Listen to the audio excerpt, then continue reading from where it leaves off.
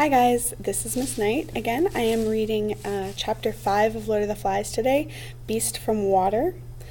And as I read this chapter, I want my students to use their post-it notes to consider where you see emotion guiding the children and their discussion and what they're thinking about, and where you see rational thought or logic guiding them. This chapter is a long assembly, a meeting on the Pink Rock, and there is a lot of push and pull between the two, between the rational world and between the emotional world. The tide was coming in, and there was only a narrow strip of firm beach between the water and the white, stumbling stuff near the palm terrace. Ralph chose the firm strip as a path because he needed to think, and only here could he allow his feet to move without having to watch them. Suddenly, pacing by the water, he was overcome with astonishment. He found himself understanding the wearisomeness of this life, where every path was an improvisation, and a considerable part of one's waking life was spent watching one's feet. So in the beginning of this chapter, we're going to get a lot of Ralph kind of thinking deeply for the first time, maybe ever in his life. And the first thought he has fits in really nicely with Maslow's hierarchy of needs, if that's a concept you're familiar with. And the idea behind Ralph's thought and Maslow's hierarchy is that you need to have your base needs met. And that is like the most important thing, because if you don't have shelter, if you don't have food, if you don't have those basic needs met, then you won't live anymore. And it's only after you have those needs met that you're able to go up a step and engage in some deeper thought and get some wants met. And we see a lot of that here. It's only when you're not fighting for survival that you're able to sit back and think and rationalize. And here we're going to see Ralph trying to get the children to think and rationalize, and it's kind of a losing battle because of the situation they're in, because they're on the island. He stopped, facing the strip, and remembering that first enthusiastic exploration, as though it were part of a brighter childhood, he smiled jeeringly. He turned then and walked back towards the platform, with the sun in his face. The time had come for the assembly, and as he walked into the concealing splendors of sunlight, he went carefully over the points of his speech. There must be no mistake about this assembly, no chasing imaginary. He lost himself in a maze of thoughts that were rendered vague by his lack of words to express them. Frowning, he tried again. This meeting must not be fun, but business. At that he walked faster, aware all at once of urgency and the declining sun and a little wind created by his speed that breathed about his face. This wind pressed his gray shirt against his chest so that he noticed, in this new mood of comprehension, how the folds were stiff like cardboard and unpleasant. Noticed, too, how the frayed edges of his shorts were making an uncomfortable pink area on the front of his thighs. With a convulsion of the mind, Ralph discovered dirt and decay, understood how much he disliked perpetually flicking the tangled hair out of his eyes, and last, when the sun was gone, rolling noisily to rest among dry leaves. At that, he began to trot. The beach near the bathing pool was dotted with groups of boys waiting for the assembly. They made way for him silently, conscious of his grim mood and the fault at the fire. So remember, we're right after the chapter where the hunters let the fire go out. The place of assembly in which he stood was roughly a triangle, but irregular and sketchy, like everything they made. First, there was the log on which he himself sat, a dead tree that must have been quite exceptionally big for the platform. Perhaps one of those legendary storms of the Pacific had shifted it here. This palm trunk lay parallel to the beach, so that when Ralph sat, he faced the island, but to the boys was a darkish figure against the shimmer of the lagoon. The two sides of the triangle of which the log was base were less evenly defined. On the right was a log polished by restless seats along the top, but not so large as the chief's, and not so comfortable. On the left were 4 small logs, one of them, the farthest, lamentably springy. Assembly after assembly had broken up in laughter when someone leaned too far back and the log was whipped and thrown half a dozen boys backwards into the grass. Yet now, he saw, no one had had the wit, not himself, nor Jack, nor Piggy, to bring a stone and wedge the thing. So they would continue enduring the ill-balanced twister because, again he lost himself in deep waters. Grass was worn away in front of each trunk, but grew tall and untrodden in the center of the triangle. Then, at the apex, the grass was thick again, because no one sat there. All around the place of assembly, the gray trunks rose, straight or leaning, and supported the low roof of leaves. On two sides was the beach, behind the lagoon, in front the darkness of the island. Ralph turned to the chief's seat. They had never had an assembly as late before. That was why the place looked so different. Normally, the underside of the green roof was lit by a tangle of golden reflections, and their faces were lit upside down, like, thought Ralph, when you hold an electric torch in your hands. But now the sun was slanting in on one side, so that the shadows were where they ought to be. Again, he fell into that strange mood of speculation that was so foreign to him. If faces were different when lit from above or below, what was a face? What was anything? Okay, so Ralph's first foray into thinking is a challenge. He sounds a little bit like he's losing his grip on reality here, but he's just thinking deeply for the first time and questioning things, which is a good thing. Ralph moved impatiently. The trouble was, if you were a chief, you had to think, you had to be wise. And then the occasion slipped by so that you had to grab at a decision. This made you think, because thought was a valuable thing that got results. Only, decided Ralph as he faced the chief seat, I can't think, not like Piggy. Once more that evening, Ralph had to adjust his values. Piggy could think. He could go step by step inside that fat head of his. Only Piggy was no chief.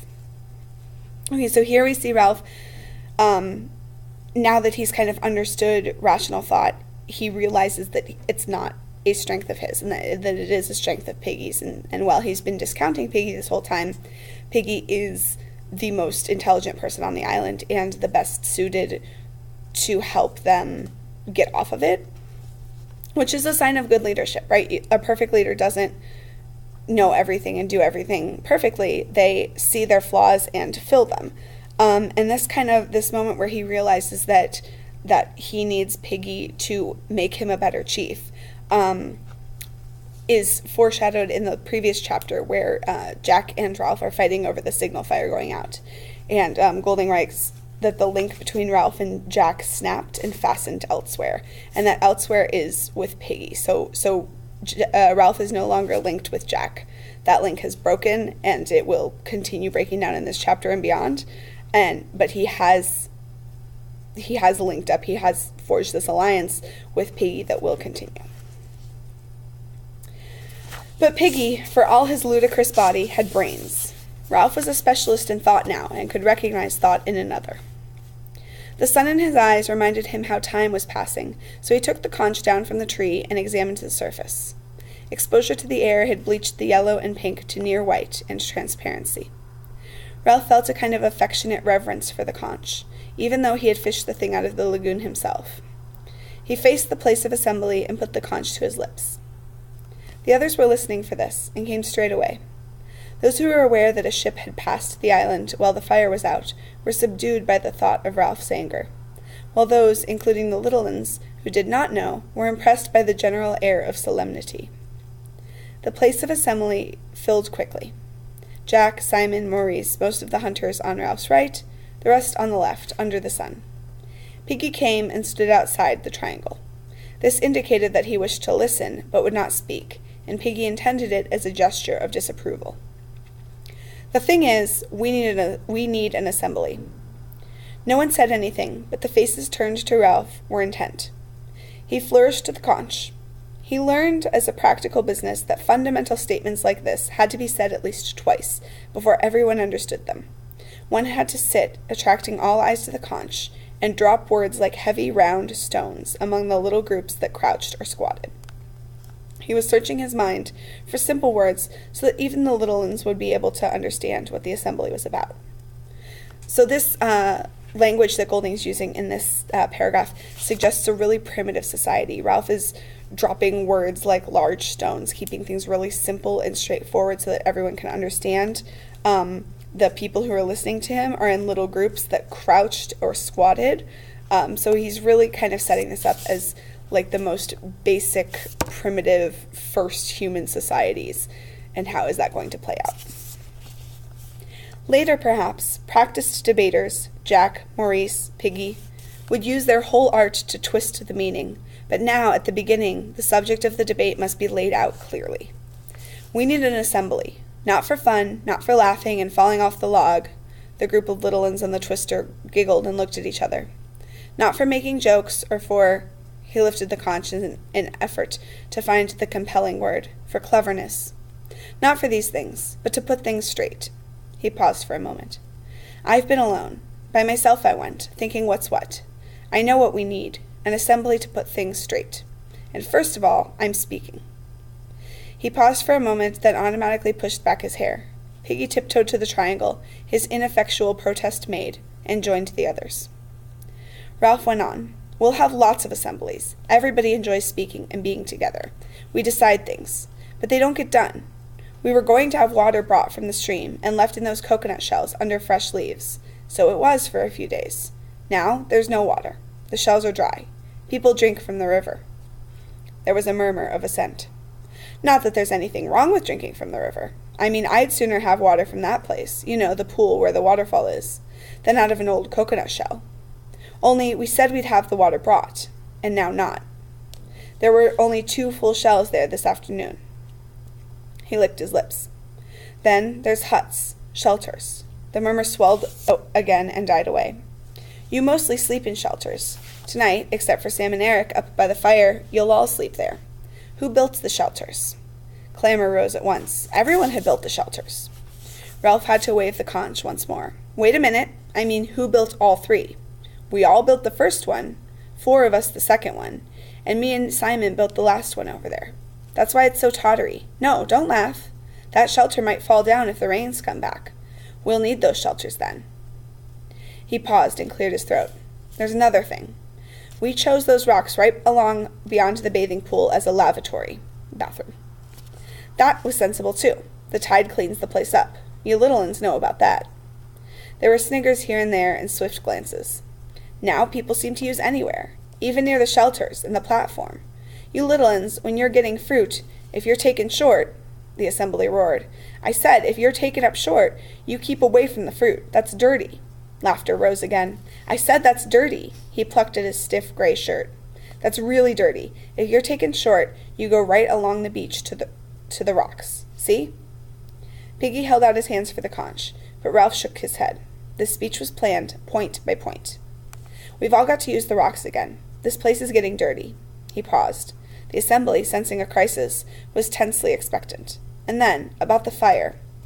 Ralph let out his spare breath with a little gasp that was echoed by his audience.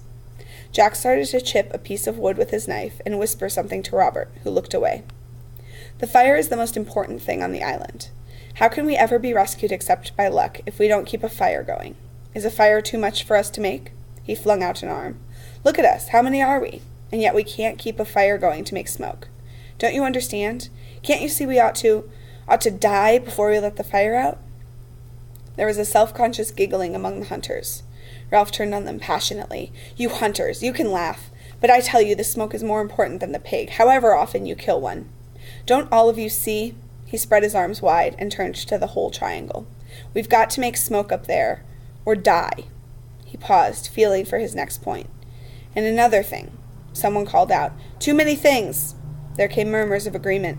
Ralph overrode them. And another thing. We nearly set the whole island on fire, and we waste time rolling rocks and making little cooking fires. Now I say this, and make it a rule, because I'm chief. We won't have a fire anywhere but on the mountain. Ever. There was a row immediately. Boys stood up and shouted, and Ralph shouted back, because if you want a fire to cook fish or crab, you can jolly well go up the mountain. That way we'll be certain. Specifically certain that the fire on the mountain is still going. He wants to ensure that that fire does not go out again and that they get rescued. Hands were reaching for the conch in the light of the setting sun. He held on and leapt onto the trunk. All this I meant to say. Now I've said it. You voted me for chief. Now you do what I say. Okay, so Ralph has been going through this speech point by point. He's prepared it very carefully, and he really wants to send the message that we need to use logic, we need to use reason, we need to use our rational minds to understand what needs to happen to keep this island good and have a comfortable and hopefully short life there so that they can get rescued.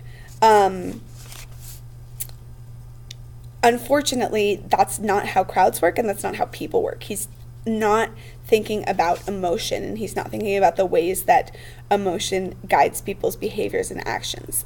Jack has just had a huge victory by getting them their first pig and cooking that meat and sharing that meat with everyone. And people are not as inclined to feel angry with Jack because they've just had this delicious meal that he's made them. Their first meat in weeks, really. So they're feeling closer to Jack than they are to Ralph right now, and Ralph really needs some emotional way to bring them back, not just using logic. He's ignoring this other part of the human experience and what humans are when he ignores the emotional elements. They quieted slowly, and at last were seated again. Ralph dropped down and spoke in his ordinary voice. So remember, the rock's for a lavatory. Keep the fire going and smoke showing as a signal. Don't take fire from the mountain. Take your food up there. Jack stood up, scowling in the gloom, and held out his hands. I haven't finished yet. But you've talked and talked. I've got the conch. Jack sat down, grumbling. Then the last thing. This is what people can talk about.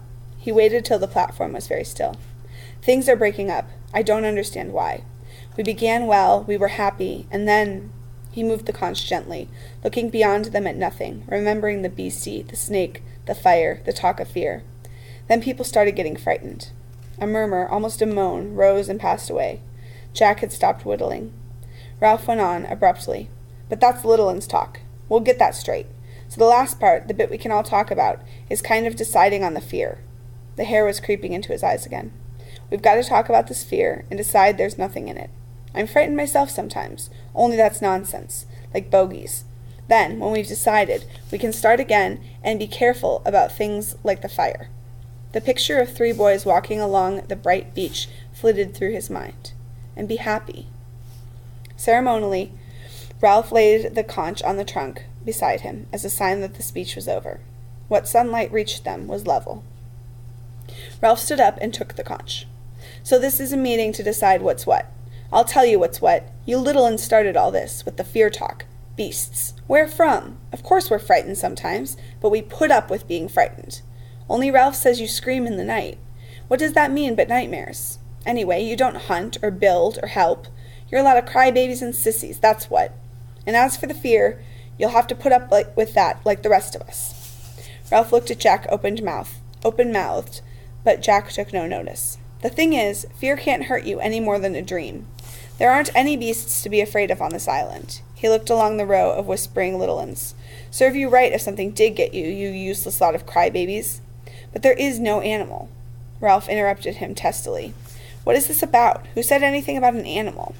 You did the other day. You said they dream and cry and cry out. Now they talk, not only the little uns, but my hunters, sometimes. Talk of a thing, a dark thing, a beast, some sort of animal. I've heard. You thought not, didn't you? Now listen. You don't get big animals on small islands, only pigs. You only get lions and tigers in big countries like Africa and India. And at the zoo, I've got the conch. I'm not talking about the fear, I'm talking about the beast. Be frightened if you like. But as for the beast, Jack paused, cradling the conch, and turned to his hunters with their dirty black caps. Am I a hunter, or am I not? They nodded, simply. He was a hunter, all right. No one doubted that. Well, then, I've been all over this island, by myself. If there were a beast, I'd have seen it. Be frightened, because you're like that, but there's no beast in the forest. Jack handed the conch and sat back down. The whole assembly applauded him with relief. Then Piggy held out his hand. So Jack is successful here at pulling at the emotions of the crowd and at the logic of it. He turns this more abstract fear and an idea of being afraid into a simple monster that they can imagine, just a big animal. And that's easy to think about, that's easy to imagine. He lets them off the hook of deep abstract thinking and then has a very simple answer for why they shouldn't fear it. He's a hunter. He could kill it. He would see it. It must not be there. And if it is, he would kill it. So they're relieved by that. Now Piggy's speaking. I don't agree with all Jack said, but with some. Of course there isn't a beast in the forest. How could there be? What would a beast eat? Pig. We eat pig. Piggy! "I've got the conch," said Piggy indignantly. That's a really good little moment. I think a really important reminder that Piggy is named after their food. No, this does not mean that we're going to see cannibalism later. They are not going to eat Piggy, but it does reinforce the idea that Piggy is an outsider and that he has a lower status than any of the boys. He is beneath them in their view. "Ralph, they ought to shut up, oughtn't they? You shut up, you little uns. What I mean is that I don't agree about this here fear. Of course there isn't nothing to be afraid of in the forest. Why, I've been there myself. You'll be talking about ghosts and such things next. We know what goes on, and if there's something wrong, then there's someone to put it right." He took off his glasses and blinked at them. The sun had gone as if the light had been turned off. He proceeded to explain. "If you get a pain in your stomach, whether it's a little one or a big one, yours is a big one. When you're done laughing, perhaps we can get on with the meeting. And if them little uns climb back on the twister again, they'll only fall off in a sec, so they might as well sit on the ground and listen. No, you have doctors for everything, even the inside of your mind. You don't really mean that we've got to be frightened all the time of nothing. Life," said Piggy expansively, "is scientific, that's what it is. In a year or two, when the war is over, they'll be traveling to Mars and back. I know there isn't no beast, not with the claws and all that, but I know there isn't no fear either." Okay, so we see Piggy here, and he's clinging to rationalism. He's clinging to science. We talked about Piggy's glasses and how they are a scientific and technological, the only scientific and technological thing that they have on the island. Everything else is really primitive. And how useful that is to them. And it's the same with Piggy. Like, he finds comfort in science and technology. But again, it's discounting emotion. He doesn't fully understand how people work and how they behave, even though he does show a little bit of an understanding of emotion in these next couple lines. Check it out. Piggy paused. "Unless," Ralph moved restlessly. "Unless what?" "Unless we get frightened of people." A sound, half laugh, half jeer, rose among the seated boys. Piggy ducked his head and went on hastily. So Piggy understands how people can be frightening because he has been bullied. He knows the evil that lies in people's hearts and the desire to hurt just to hurt. So he does understand that fear, but he doesn't understand where it comes from. He just knows that he doesn't want to get hurt, and that's what he's afraid of. So it is Simon who understands that fear in a much deeper way, but he does not have the language to express it, as you'll see later on in the chapter. A sound. Oh, I already read that. "So let's hear from that little one who talked about a beast, and perhaps we can show him how silly he is." The little uns began to jabber among themselves, and then one stood forward. "What's your name?" "Phil." For a little un, he was self-confident, holding out his hands, cradling the conch as Ralph did, looking round at them to collect their attention before he spoke. "Last night I had a dream, a horrible dream, fighting with things. I was outside the shelter by myself, fighting with things, those twisty things in the trees." He paused, and the other little uns laughed in a horrified sympathy. "Then I was frightened, and I woke up. And I was outside the shelter by myself in the dark, and the twisty things had gone away."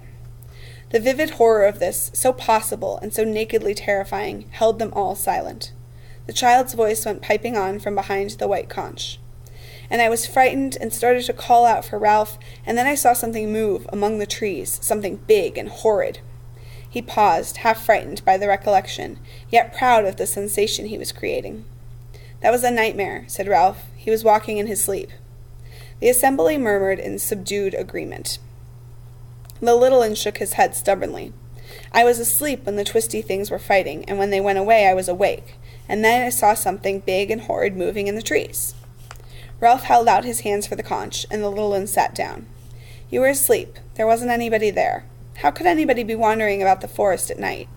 "Was anyone? Did anyone go out?" There was a long pause where the assembly grinned at the thought of anyone going out into the darkness. Then Simon stood up, and Ralph looked at him in astonishment. "You? What were you mucking about in the dark for?" Simon grabbed the conch convulsively. "I wanted to go to a place I know." "What place?" "Just a place I know, a place in the jungle." He hesitated. Jack settled the question for them, with that contempt in his voice that could sound so funny and so final. He was taken short. So, taken short, they've used it a little bit in this chapter already, but he's saying that he needed to use the bathroom. And here we see Simon's meditativeness. Remember, he goes to that place in the jungle. He meditates there. He thinks about the world. He's a thoughtful kid. And those qualities are mocked. The boys don't understand this idea of needing to be apart from the group and having quiet time of like thought and reflection and contemplation. That's weird to them. They would not understand it. And Simon wouldn't really be able to explain it. So again, we see this idea of thought being dismissed for jokes, right? And emotion. The boys want an explanation. They want the tension diffused. And Jack does so by making a joke and kind of ending the discussion, letting them off the hook for thinking. And this also does the important job of making Simon into an outsider, whether that's Jack's intention or not. It solidifies the group around, apart from Simon. So Simon is left on the outside, the butt of the joke. With a feeling of humiliation on Simon's behalf, Ralph took back the conch, looking Simon sternly in the face as he did so. Well, don't do it again, understand? Not at night. There's enough silly talk about beasts without the little ones seeing you gliding about like the derisive laughter that rose had fear in it and condemnation. Simon opened his mouth to speak, but Ralph had the conch, so he backed to his seat. So again, we see that that making Simon and his nightly walks into the jungle into a joke helps to get rid of the fear. By putting Simon as an outsider and then mocking him, the rest of the group feels protected, and they feel like there isn't really anything to be afraid of because this guy's just a weirdo and it's no big deal and we don't have to think too hard about it. When the assembly was silent, Ralph turned to Piggy. Well, Piggy? There was another one. Him. Just checking if I have time to read this section. I don't. Since fifth period's almost over, I'm going to stop the video here. I'm going to finish the second part of the chapter in another video after school that I will put up shortly.